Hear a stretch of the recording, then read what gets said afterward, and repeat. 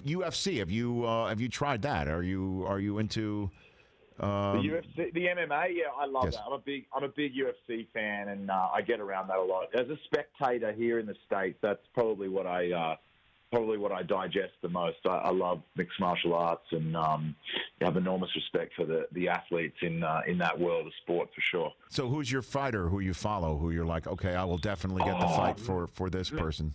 Oh, I love them, man. I get them all. I get all the pay-per-views. I don't miss a beat. I love it. I literally live for it. I'm planning at the moment. There's a big fight coming up on October 24, Khabib Nurmagomedov and Justin Gaethje. I was just sitting in my kitchen this morning drawing up my schedule for the brisket I'm going to cook that day and, like, planning that whole thing out around it. So it's a big deal for me. I love that stuff. So how long does it take for you to submit your brisket? How long? Well, this one's only about 5 pounds, so I'm looking at about probably a 6-hour cook with some rest time on top of that. Yeah, it's a slow, it's a slow submission victory that I'll be winning over this one. By the way, that wouldn't be a bad Chris Brockman fantasy football team name. Nurmagomedov's brisket would be that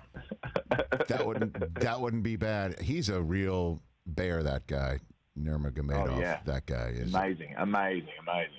I would be very frightened of that. I mean, didn't he wrestle bears in in Belarus or wherever he's from or something like that? I mean, that guy, that is serious business. Yeah, I've seen those videos too. Yeah, no, I wouldn't last 2 seconds in the cage with any of those guys. They're savages. So again, literally, that's what you do. You plan out your evening and your cooking based around the UFC fights. Well, I like to cook, and I like to, I have a couple friends around. Obviously, these days it's a little different, but right. I don't care. I'll throw myself a little party and cook all day, getting around that sort of stuff. It's like I like being festive, and I love having the sort of a big sporting event with high stakes. There's nothing better than getting around that, watching all the lead-up material, even your buddies. I mean, back home, that's the cool thing these days. I got my close friends back home that I grew up with. We can engage on the same stuff. You have boys on FaceTime or, you're texting all day with the live results and